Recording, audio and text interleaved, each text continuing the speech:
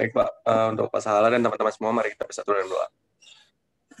Tuhan Allah Bapa kami yang berada dalam kerajaan surga, terima kasih atas berkat-Mu, kami boleh berkumpul di Zoom meeting pada hari ini untuk menerima materi mata perkuliahan agama.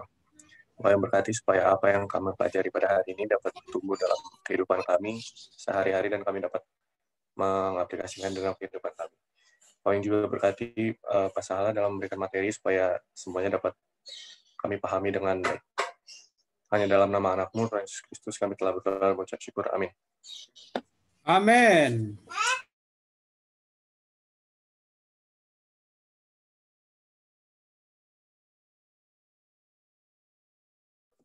Maaf Pak, suara kami Pak.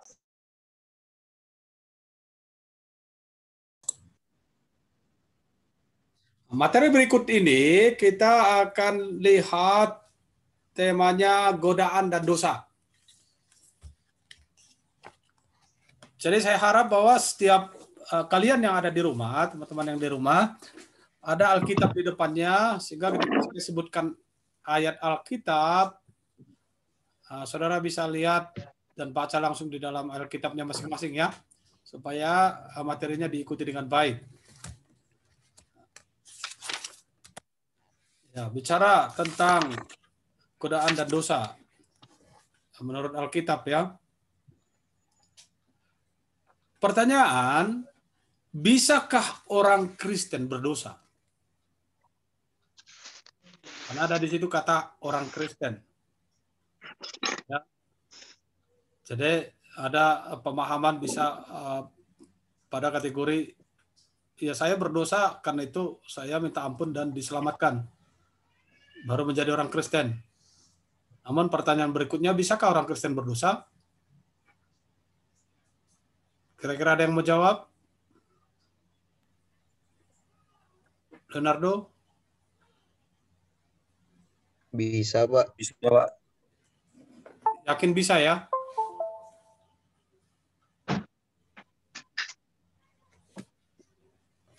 Oke. Ini bagaimana cewek-cewek? Bisakah orang Kristen berdosa? Bisa, Pak.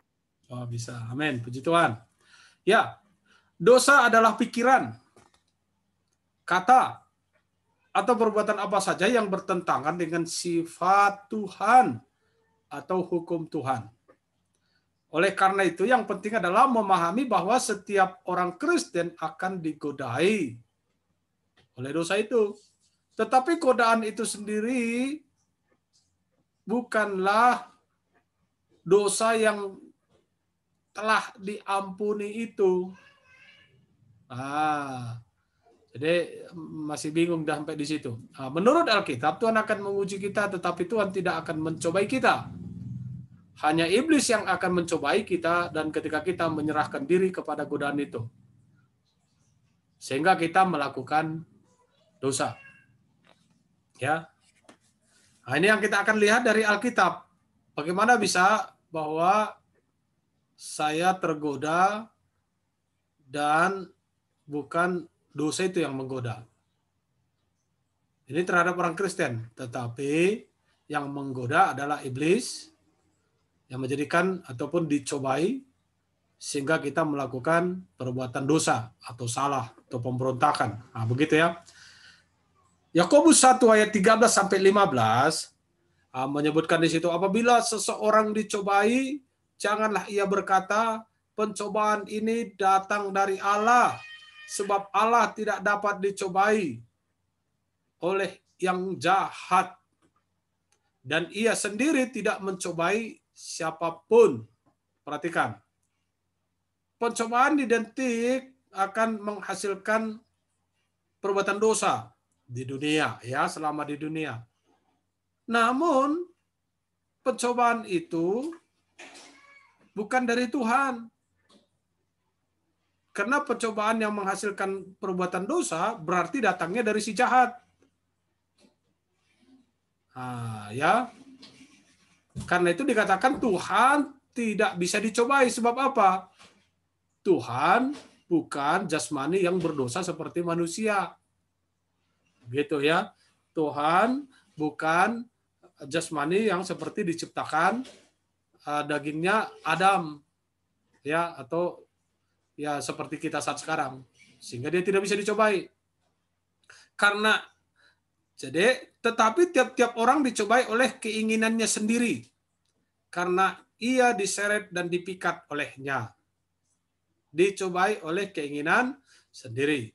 Dan apabila keinginan itu telah dibuahi, ia melahirkan dosa. Dan apabila dosa itu sudah matang, ia melahirkan maut. Itu Yakobus 1 ayat 13 sampai 15. Jadi dari satu ayat ini kita bisa memaknai dan lebih mendalam makna bahwa orang Kristen itu bisa berdosa dan di mana letak dia dalam keberdosaannya itu dan membuahi apa.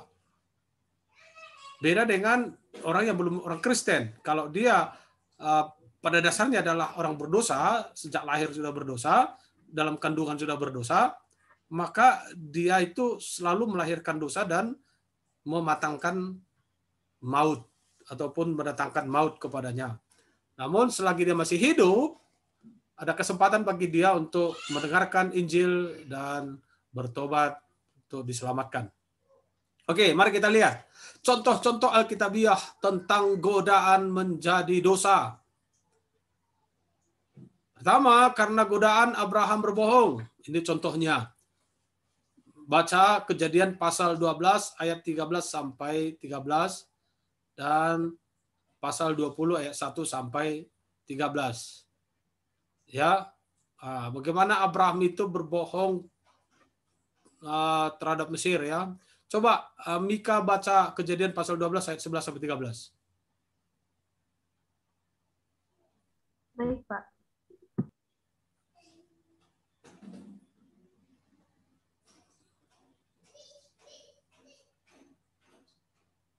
Kejadian pasal 11. Pasal 12 ayat 11 sampai 13. Baik, Pak.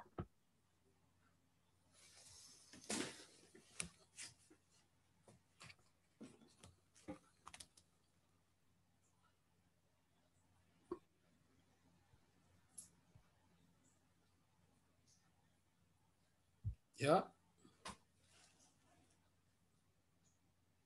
Kejadian 12 ayat 12 sampai 13, Pak.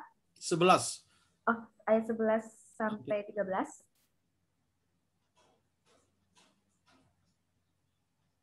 Berbunyi demikian. Pada waktu ia masuk ke Mesir, berkatalah ia kepada Sarai, istrinya, "Memang aku tahu bahwa engkau adalah seorang perempuan yang cantik parasnya. Apabila seorang Mesir melihat engkau, mereka akan berkata, itu istrinya. Jadi mereka akan membunuh aku dan membiarkan engkau hidup. Katakanlah bahwa engkau adikku, supaya aku diperlakukan mereka dengan baik, karena engkau, dan aku akan dibiarkan hidup oleh sebab engkau." Ya, itu adalah contoh Abraham berbohong. Kepada siapa dia berbohong? Sebenarnya kepada sesama manusia. Ya, kenapa dia harus membohongi manusia itu? Itu orang Mesir itu. Ya, itu munculnya karena ketidakpercayaan akan kuasa Tuhan, pemeliharaan Tuhan. Padahal dia sudah anak Tuhan, dia sudah orang Kristen pada zaman sekarang, begitulah. Namun karena dia diperlihatkan oleh godaan dari dunia ini ataupun sesuatu yang jahat dari dunia, maka ada tekanan untuk dia berbohong. Ya, mungkin ketakutan yang ditimbulkan oleh dunia itu adalah menjadi pencobaan bagi dirinya. Sehingga pencobaan itu membawa dia untuk melakukan kebohongan. Dan itu sudah berdosa. Berdosa sama siapa ya? Berdosa sama Tuhan. Kenapa?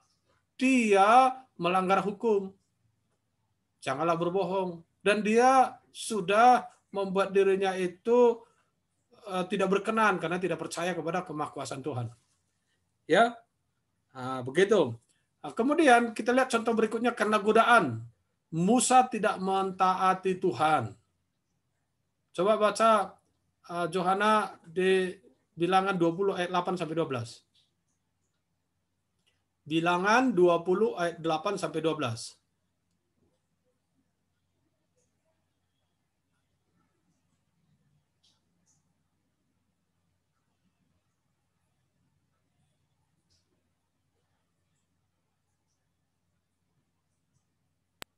Bilangan 20 berapa, Pak? Ayat 8 sampai 12.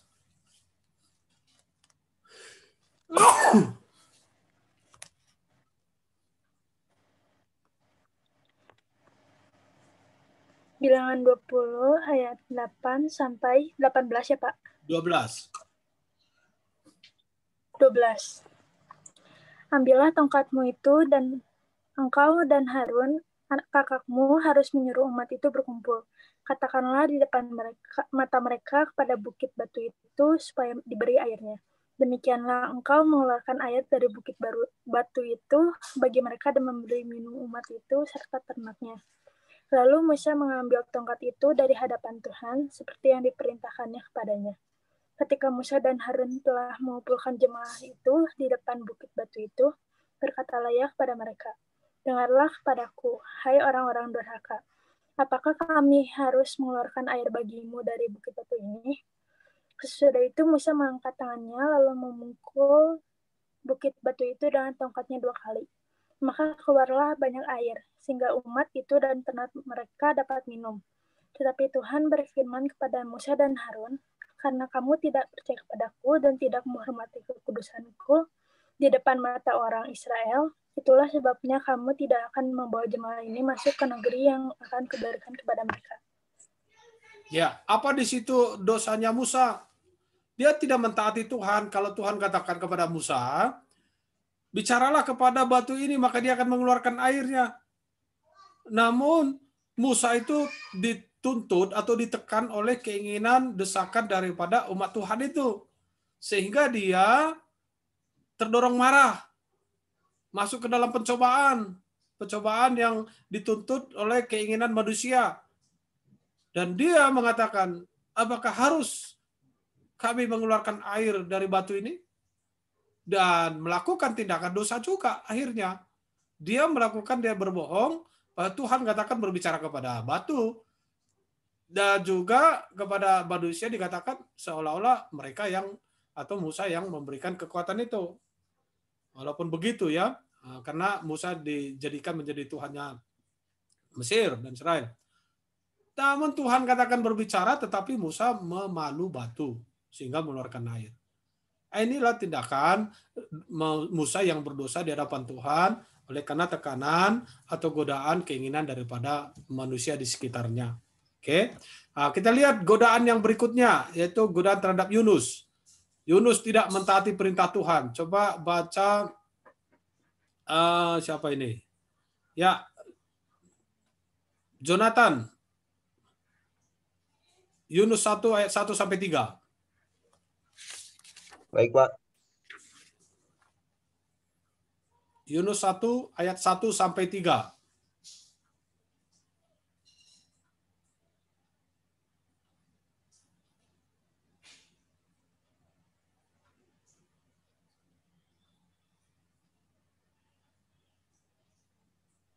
Yunus 1 ayat 1 sampai 3, Pak. Ya. Yunus mengingkari panggilan Tuhan.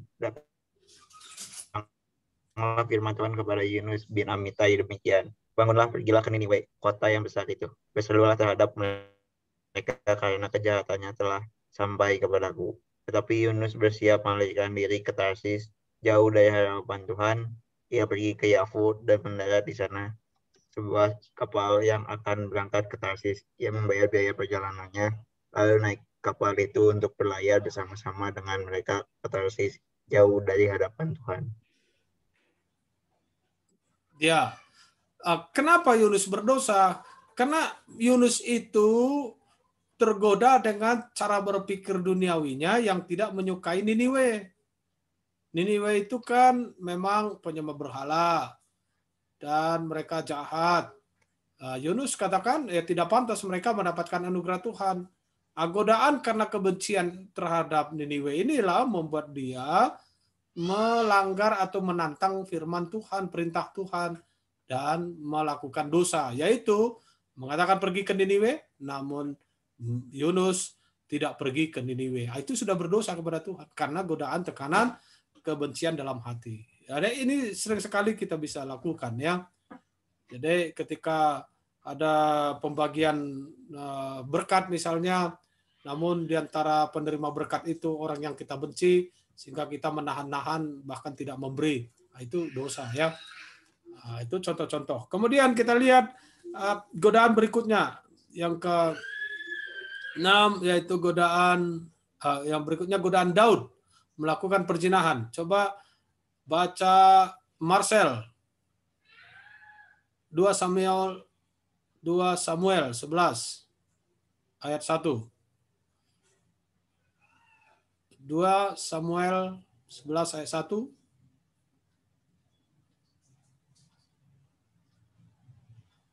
Marcel ada? Marcel? Halo Marcel. Mungkin Marshall lagi ke toilet, Pak. Oh, itu Dia tadi ya? chat di itu. Oh, di chat ya. Oke, Leonardo. Sudah ya? Georgie lah, Georgie.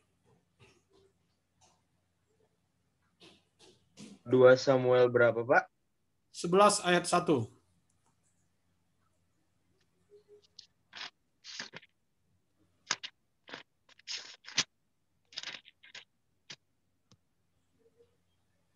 Dua Samuel 11 ayat 1.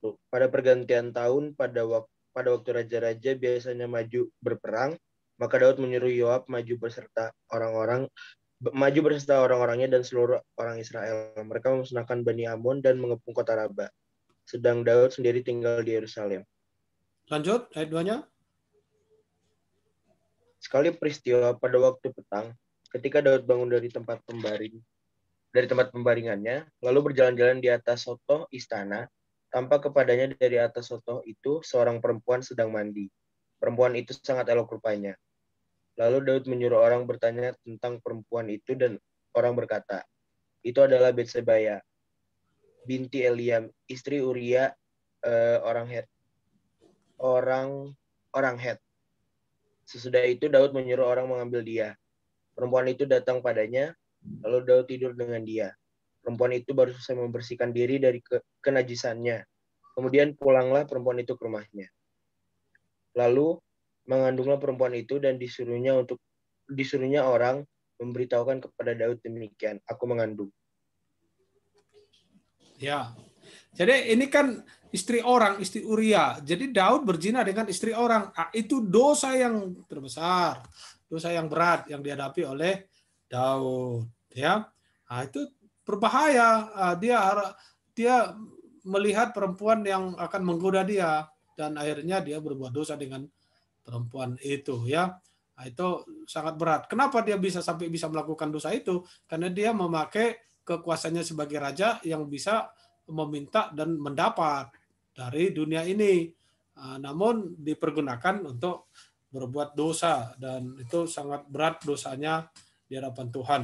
Oke, kemudian kita lihat yang terakhir, contoh-contoh Alkitabiah tentang godaan dosa. Godaan dosa terhadap Petrus yang menyangkal kenal Yesus, ya, menyangkal kenal Yesus.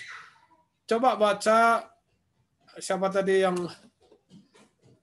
ini, Richard ya? Siapa?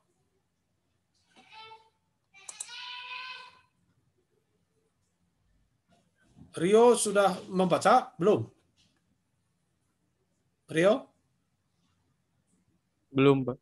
Oke, ya itu. Baca Lukas 22 ayat 54 sampai 62.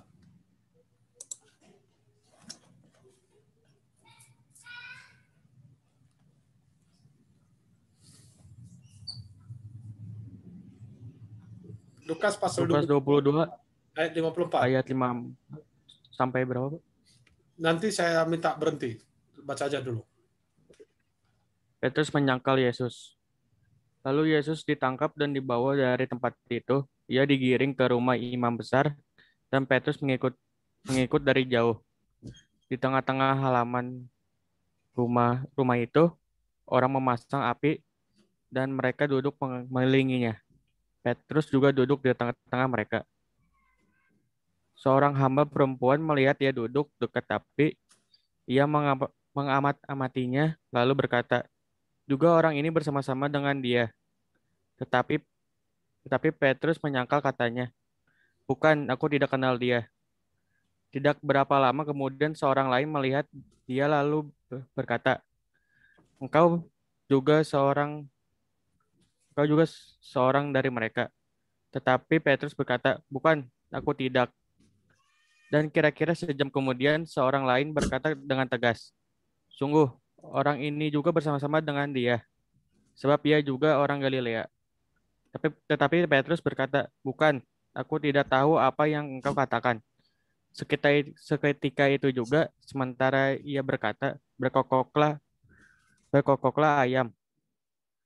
Lalu berpalinglah Tuhan memandang Petrus. Maka teringatlah Petrus bahwa Tuhan telah berkata kepadanya, "Sebelum ayam berkokok pada hari ini, engkau telah 3 kali menyangkal aku."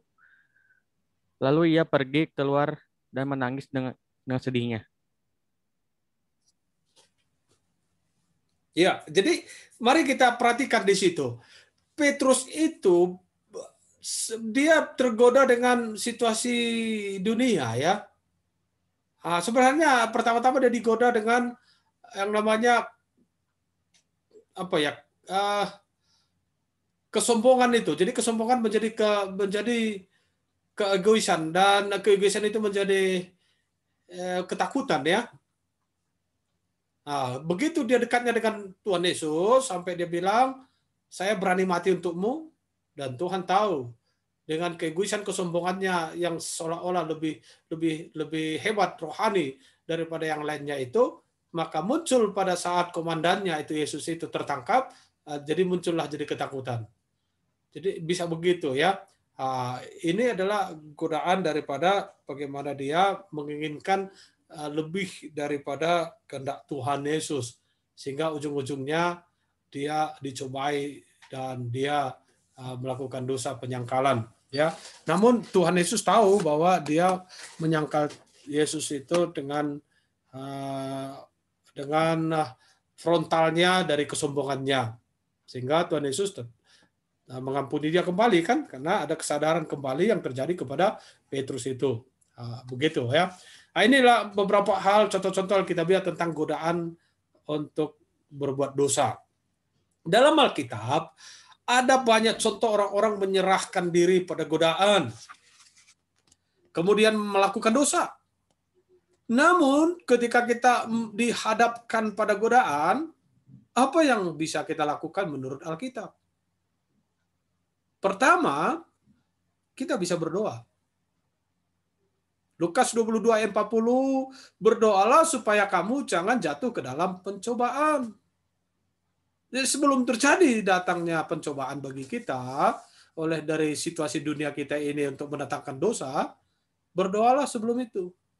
Yang kedua, kita bisa menanggungnya.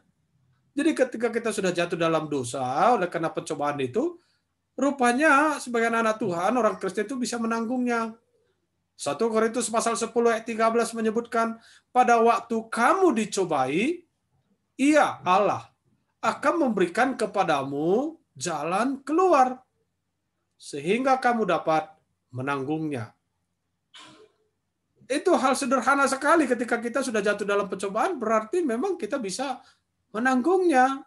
Ada jalan keluar dari Tuhan. Itu membuktikan kita anak Tuhan.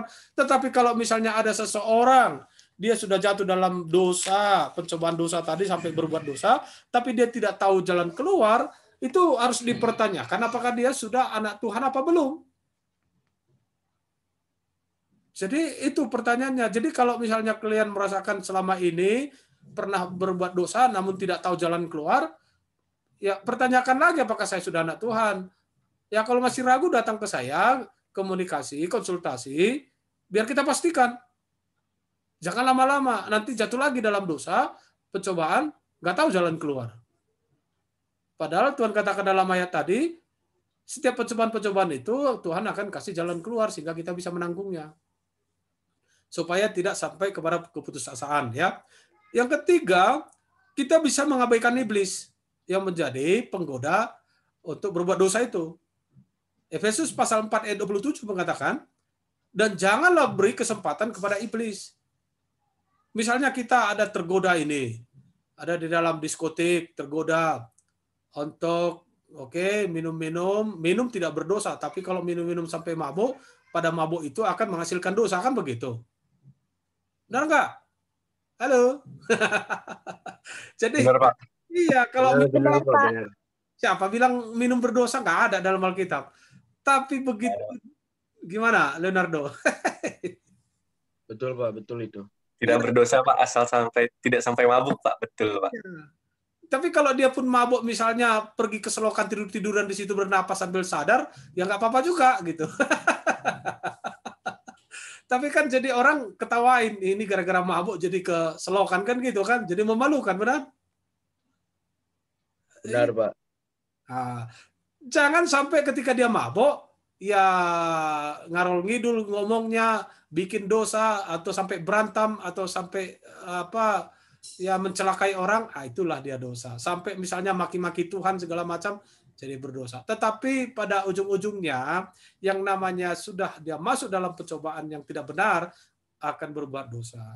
Memang di dalam Alkitab disebutkan ada di situ. Biarlah orang susah, dalam Mazmur ya, biarlah orang susah pergi melupakan kesusahannya dengan minum, dengan mabuk. Bisa begitu. Tapi jangan sampai mencelakakan dirinya, dia mabuk sampai menyakiti dirinya sampai mati. Karena ada kan mabuk sampai dia buta, mabuk sampai dia tidak bisa ngomong, mabuk sampai dia mati kan. Itu pun dosa. Kenapa? Tidak mencelakai orang, tetapi mencelakai dirinya. Begitu ya. Jadi perhatikan di situ. Jadi mari kita lari ataupun jangan beri kesempatan kepada iblis untuk melahirkan dosa. Dan yang keempat adalah kita bisa menjauhi yang jahat. Roma 12 ayat 9. Jauhilah yang jahat dan lakukanlah yang baik. Ini pada posisi sadar ini loh, bukan pada posisi mabuk. Orang mabuk itu tidak tahu berbuat baik, tapi bisa menghindari yang jahat kan? Ya, artinya begini, kalau dikatakan dalam Roma pasal 12 ayat 9 ini, jauhilah yang jahat dan lakukan yang baik, berarti yang bentuk praktek atau sistem adalah perbuatan jahat, nggak usah ada di lingkungan itu. Jangan berada di lingkungan itu. Karena ketika kita berada dalam lingkungan itu, lama-kelamaan maka kita pun ikut berbuat jahat. Karena apa? Belum tentu kita juga mampu melakukan kebaikan untuk menghilangkan kejahatan itu. Kalau misalnya saudara ada di dalam demonstrasi yang negatif, selagi ada di antara demonstrasi, tidak bisa kalian frontal dengan melakukan perbuatan baik di situ. Nggak mungkin. Mending ya jauhi, jangan ikut demonstrasinya. Begitu. Tapi kalau dia demonstrasinya baik, ada di situ, ya pasti terikut, enak. Ya, itu. Jadi jauhilah yang jahat itu. Itu maksudnya. Kemudian kita lihat bagaimana kita bisa menghindari godaan menjadi dosa. Jadi menghindari godaan itu supaya tidak menjadi dosa, gitu maksudnya. Bagaimana cara kita menghindari? Dengan bertanya kepada diri kita sendiri. Memakai keempat pertanyaan di bawah ini ketika kita diperhadapkan pada sesuatu.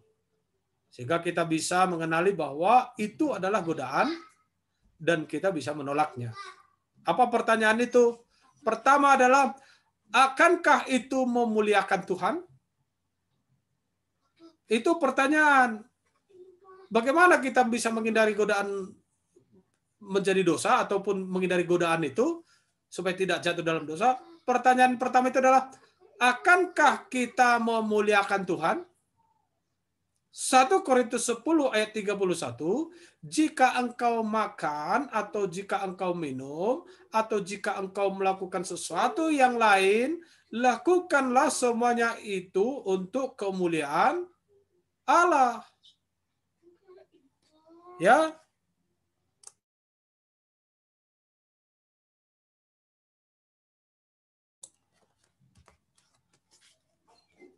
Ya, jadi itu pertanyaan itu adalah pertanyaan yang bisa kita tahu sesuatu itu godaan untuk berdosa atau godaan untuk memuliakan Allah. Ya, dalam 1 Korintus 10 ayat 31.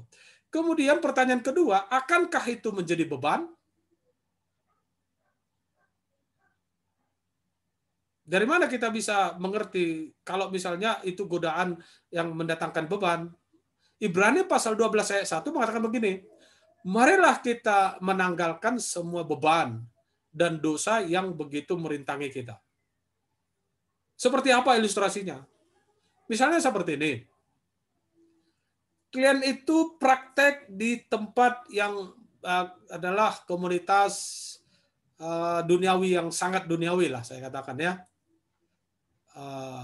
Namun dalam hati nurani kalian sebagai orang Kristen seperti bebannya berat. Apakah itu misalnya satu proyek terus mengajak kalian untuk korupsi karena ada untung besar dan setelah dapat hasil korupsi karena bisa ada kesempatan untuk berpoya-poya, tetapi kalian merasa terbeban gitu, bebannya berat. Aduh, bagaimana ini? Aduh, bagaimana itu? Ya hindari saja. Yang saya kadangkala sukai ketika kita tidak berbeban, walaupun itu korupsi dan mabuk-mabukan. Jadi enak saja kan. Dipertanyakan apakah dia sudah anak Tuhan, kan begitu. Karena di dalam dirinya ada Roh Kudus mengingatkannya. Jadi Roh Kudus dalam diri seorang yang percaya itu, orang yang sudah diselamatkan itu, memberikan beban berat terhadap sesuatu godaan yang akan menjadi dosa. Kalau itu bebannya berat, ya sudah, tinggalkan aja. Karena saya percaya Tuhan akan memberikan yang lebih baik daripada itu. Begitu. Itu ya. Yang ketiga, pertanyaan ketiga adalah, akankah itu berguna atau bermanfaat? Bagaimana kita bisa paham ini? 1 Korintus 6 ayat 12. Segala sesuatu halal bagiku, tetapi bukan semuanya berguna. Segala sesuatu halal bagiku, tetapi bukan semua berguna. Jadi, kalau misalnya itu semua memang harus ada di dunia, tapi kalau itu bukan berguna bagi saya, belum tentu itu akan mendatangkan kebaikan. Bahkan ketidakbergunaan terhadap kita, sesuatu itu, bahwa itu adalah menjadi dosa bagi kita. Ya, misalnya, kita ada daftar ataupun kita tidak begitu ada daftar, tetapi kita mendaftarkan diri untuk mendapatkan BLT, bantuan langsung tunai. Ya, sebenarnya kita itu ya sudah memiliki lebih daripada cukup. Ya, namun kita dengan serakahnya, dengan keinginan daging kita itu, saya juga mau ikut dapat BLT lah, gitu kan? Kita daftarin lah kita, padahal kategori kita itu menengah ke atas lah gitu. Kita ambil, padahal di sana masih banyak orang yang tidak makan gitu. Kita tahu mereka itu benar-benar tidak makan, benar-benar tidak punya apa-apa dan sangat membutuhkan BLT itu, bantuan langsung tunai itu. Kira-kira bermanfaat nggak bagi kita? Tidak bermanfaat. Dan ketika itu terjadi dan kita tahu ada orang yang membutuhkan dan kita menutup jalan oleh karena kita ingin dapat juga dan memang karena kita punya koneksi KKN sehingga kita juga mendapatkan BLT itu, ujung-ujungnya kan kita berdosa jadinya. Karena seharusnya bukan hak kita gitu. Tuhan sudah berkati kita dari yang sewajarnya gitu. Namun seseorang yang harus mendapatkan berkat itu, dia harus mendapat, tetapi terhalang oleh karena kita punya koneksi atau KKN sehingga kita bisa mendapatkan itu. Jadi itu maksudnya, segala sesuatu halal bagiku, tetapi bukan semuanya berguna. Itulah yang bisa kita buktikan bagaimana kita bisa menghindari godaan untuk tidak berdosa. Dan yang terakhir, keempat, pertanyaan itu seperti ini. Akankah itu menjadi batu sandungan bagi orang lain? Akankah itu menjadi batu sandungan bagi orang lain? Ya, 1 Korintus pasal 8 ayat 13, supaya aku jangan menjadi batu sandungan bagi saudaraku.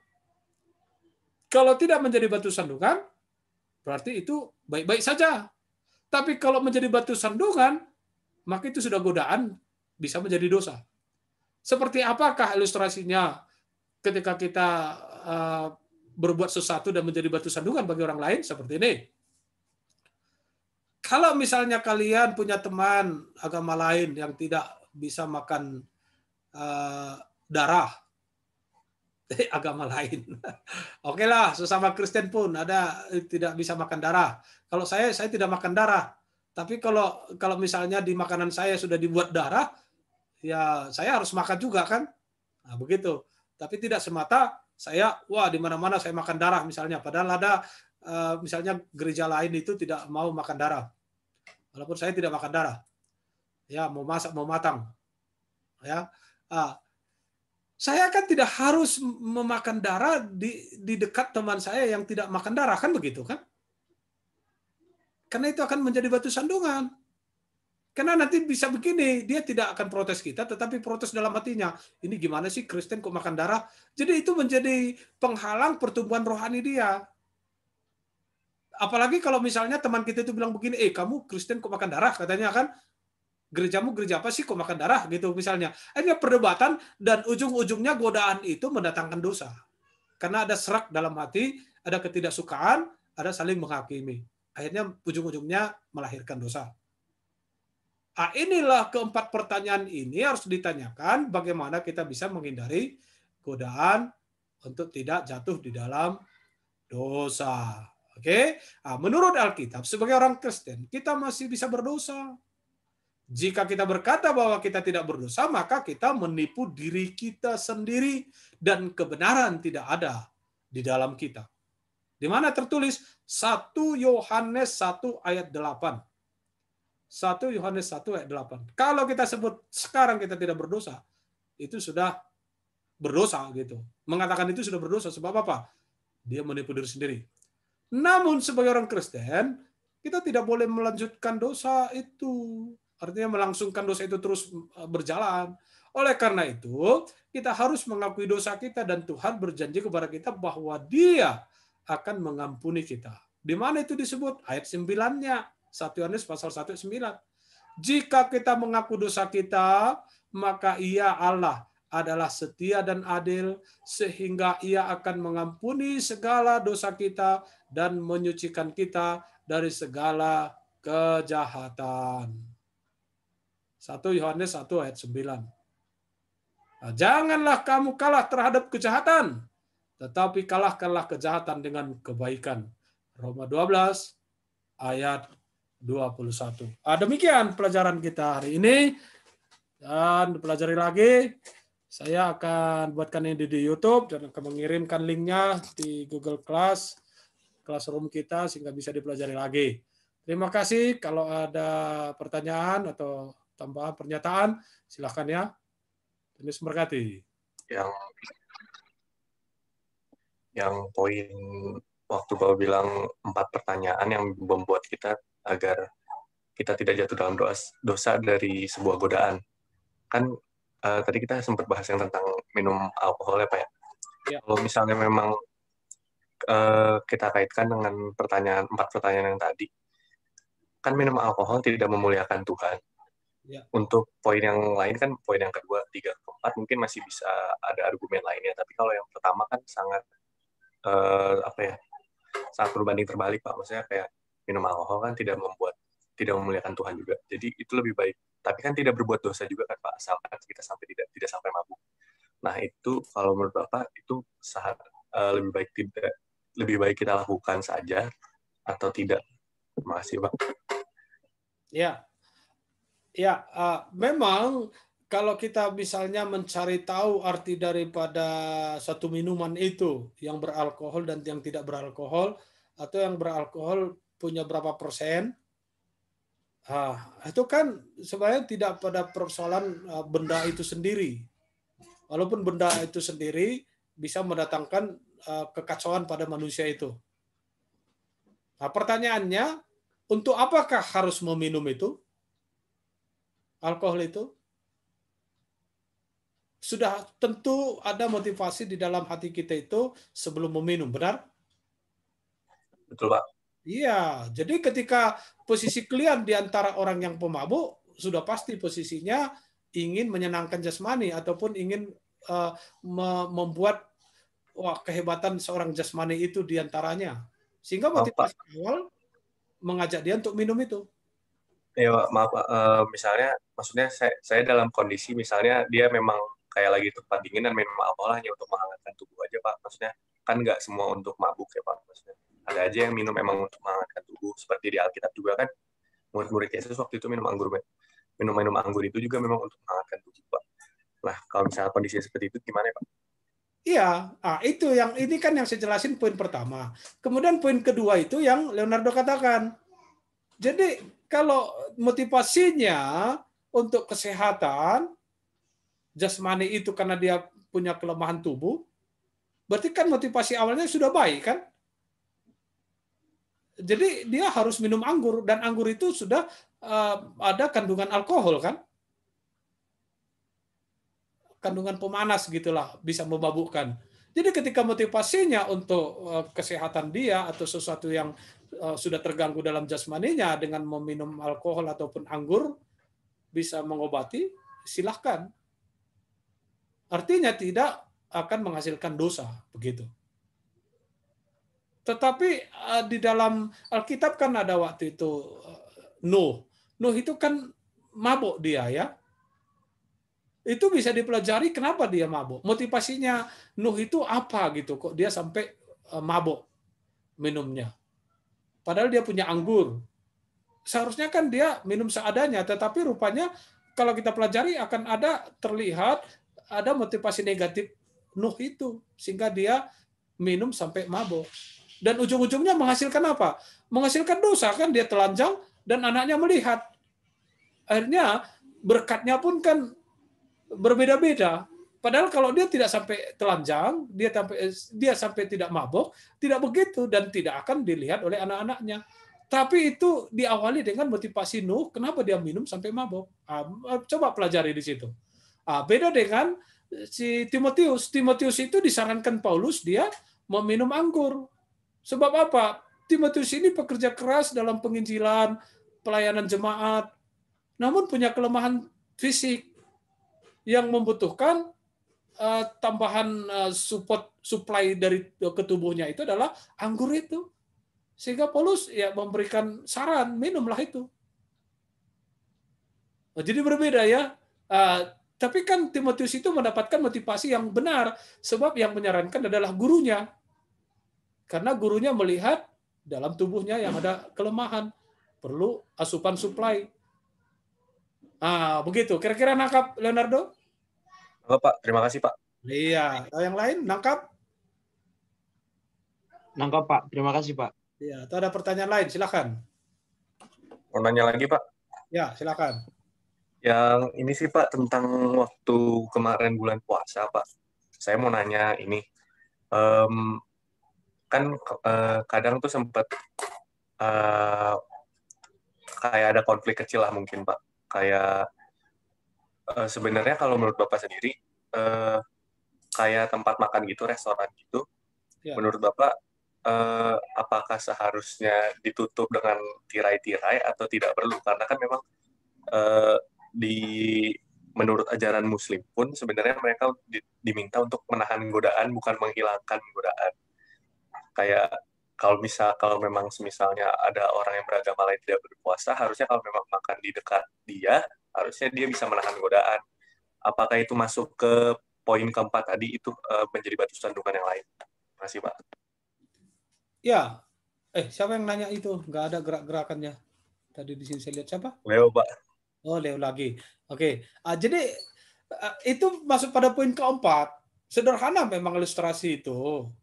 Ya, seperti yang saya sudah ilustrasikan tadi, makan darah di antara teman kita sesama orang Kristen. Ini lebih jauh lagi ketika kita beranggapan, oh, kenapa harus ditutup? Saya kan mesti makan gitu. Saya tidak sedang berpuasa kan begitu kan? Ya, seharusnya memang begitu. Jadi apa yang menjadi keyakinan seseorang, walaupun itu di luar daripada apa yang menjadi hukum kita ya dalam Alkitab kita, tidak membuat mereka itu menjadi membenci kita gitu. Jangan. Dan kita bisa sebenarnya menghindari itu. Ya, artinya kalau kita mau makan, janganlah di hadapan dia atau bersembunyi di mana, masih banyaklah tempat yang bisa disembunyikan. Nah, ini tindakan yang bagus ketika dibikin tenda. Ya. Karena mereka pun tergoda jadinya untuk berbuat dosa kan begitu.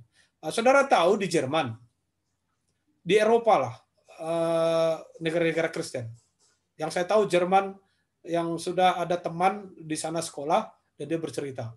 Hari Minggu itu tidak ada warung atau toko itu terbuka. Pasar itu tidak terbuka hari Minggu. Jadi mahasiswa dan mereka itu semua, keluarga-keluarga itu sudah belanja di hari Sabtu untuk bekal di hari Minggu. Makanya ada istilahnya mereka itu di mana bisa makan di gereja. Sebab apa? Di gereja sudah banyak makanan di hari Minggu. Karena kalau cari nanti restoran, toko segala macam itu di komunitas Kristen yang besar tidak buka gitu, tidak ada yang mau buka gitu. Nah, apakah keadaan berpuasa? Tidak.